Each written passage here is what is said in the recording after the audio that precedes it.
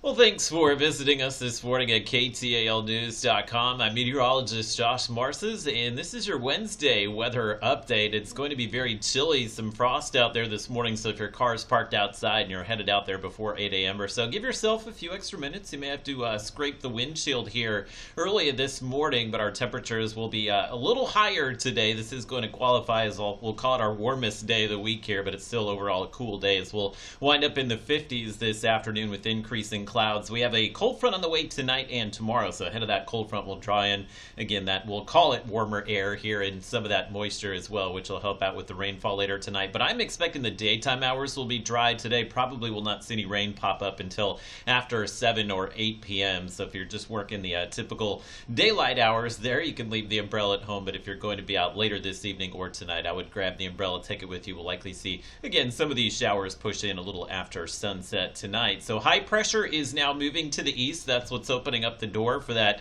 cold front and gravity to do its job and let that cold front sink in a little later today. So again, drawing in that moisture, that's why we're going to see those partly to mostly cloudy skies this afternoon. And we have not been above 50 degrees this week, so it is going to feel a little nicer today, especially if you can pick out a spot in the sun this afternoon. But we are going to top out there mid to upper 50s. And I think if the clouds didn't roll in later today, there's a pretty good chance we would have wound up in the 60s, but it is going to turn mostly cloudy this afternoon. And then tonight, your lows will be in the 40s, maybe a few locations in the 30s. And of course, that's important because we did have that winter weather threat with the freezing rain earlier this week. It's not going to be cold enough to see any winter precipitation with this system here, but it is possible to the north of us they could see some frozen accumulations once again later tonight as well as tomorrow. So let me give you a look at your Robin's Futurecast. The rain is going to come through in two different waves here, and you can see later tonight, especially between about 7 and 10 p.m., we'll likely begin to see some of these lightly scattered showers. Now, between midnight and about 4 a.m., we're expecting this heavier push of rain,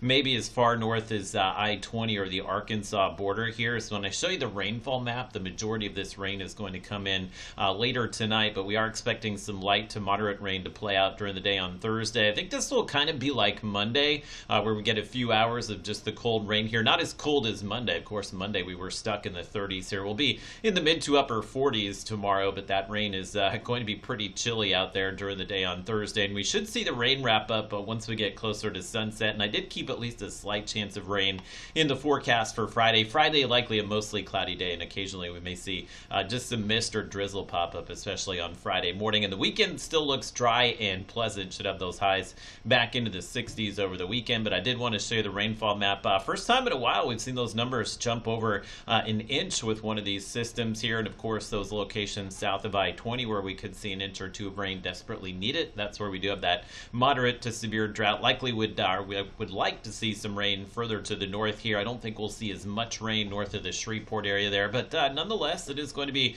a rainy and cold Thursday. The clouds will keep us on the cool side Friday, but the weekend's still looking great. So if you want to get the Christmas decorations put outside, still should be a great weekend for that. And those temperatures likely will stay close to 60 early next week.